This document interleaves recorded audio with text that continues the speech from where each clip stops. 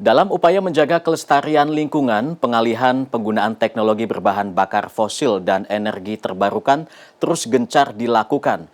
Salah satunya yang diaplikasikan pelaku usaha agrikultur di Desa Wisata Ciburial. Desa Wisata Saung Ciburial di Desa Sukalaksana, Kecamatan Samarang, Kabupaten Garut, merupakan satu dari 50 wisata terpilih dalam Lomba Anugerah Desa Wisata Indonesia 2021 yang diadakan Kementerian Pariwisata dan Ekonomi Kreatif. Desa Wisata Ciburial menyuguhkan wisata seni dan budaya. Mengusung tema wisata edukasi, mereka mengangkat konsep kearifan lokal masyarakat sekitar dengan ciri khas desa, yaitu kesederhanaan dan keramah tamahan. Ketika kita mengunjungi desa ini, kita bisa melihat aktivitas masyarakat. Di antaranya, petani yang sedang bercocok tanam, pandai besi yang sedang membuat besi, dan kegiatan masyarakat yang sedang menenun kain dari akar wangi.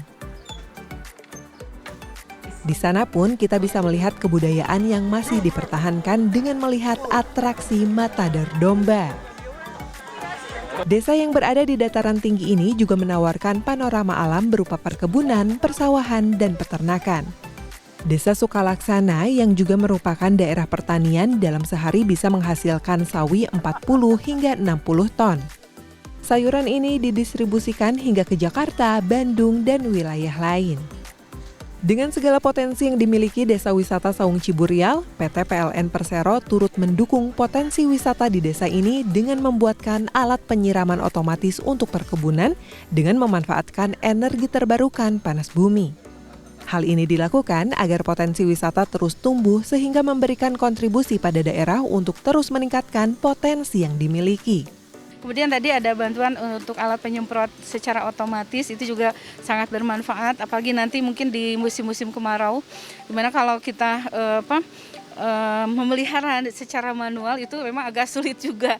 Jadi dengan peralatan-peralatan semacam itu jelas itu sangat membantu. Tidak hanya di Desa Wisata Ciburial, PT PLN Persero juga turut mendukung potensi wisata di kawasan lain. Setelah tadi kita mengunjungi Desa Wisata di Ciburial yang mendapatkan bantuan kelistrikan dari PLN, saat ini kita sudah berada di Kebun Buah Naga yang juga mendapatkan bantuan kelistrikan dari PLN. Berada di kaki Gunung Cikuray, salah satu destinasi agrowisata yang berada di Kampung Jambansari, Desa Bayongbong, Kecamatan Bayongbong, Kabupaten Garut, membudidayakan buah naga putih dan buah naga merah sejak tahun 2017. Berada di atas lahan keseluruhan 4,5 hektar, kebun naga di sini ditanami 2.800 pohon kaktus di lahan seluas 3,5 hektar untuk budidaya buah naga. Selain penampakan buah naga, ada keunikan lain saat mengunjungi lokasi ini. Di sini bergelantungan 1.400 lampu LED dengan daya masing-masing 8 hingga 10 watt untuk menyinari pohon kaktus. Namun keunikan lampu ini bukan hanya sekedar hiasan semata. Ternyata kebun buah naga di sini menerapkan teknologi penyinaran menggunakan lampu listrik. Teknologi penyinaran dengan cahaya buatan bisa menghasilkan panen buah naga lebih banyak. Sebelum menggunakan teknologi penyinaran lampu, panen buah naga per bulan di kebun ini kurang dari 1 ton. Buah naga yang biasanya berbuah setengah tahun kini produksinya bisa lebih cepat dengan pencahayaan buatan menggunakan lampu listrik.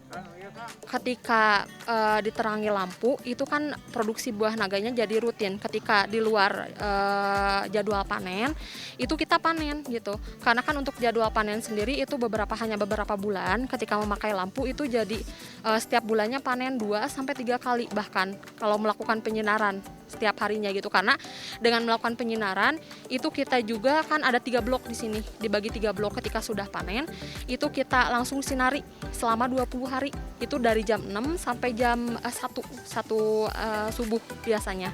Setelah jam 2 itu kita matikan lagi untuk lampunya gitu biasanya. Maka dari itu untuk produksi panennya itu rutin setiap bulan. PT PLN Persero yang saat ini memiliki program Electrifying Agriculture mendukung para pelaku usaha agar berani berinovasi dan memanfaatkan teknologi untuk mendongkrak produktivitas dan menekan biaya operasional sehingga kesejahteraan kian meningkat. salah satu misi PLN tentunya adalah melistriki, memberi pelayanan kepada masyarakat. Nah, khususnya di Kabupaten Garut ini kami melihat banyak potensinya wisata dan juga pertanian maupun peternakan. Dan salah satu sisi dari program Create Demand PLN adalah Electrifying Agriculture, sehingga dengan program ini kita optimalkan. Nah, gimana kita mengeksplor, kita juga melakukan proaktif untuk pelaku usaha dari sisi peternak maupun petani untuk bisa menggunakan listrik PLN dalam menjalankan bisnis mereka.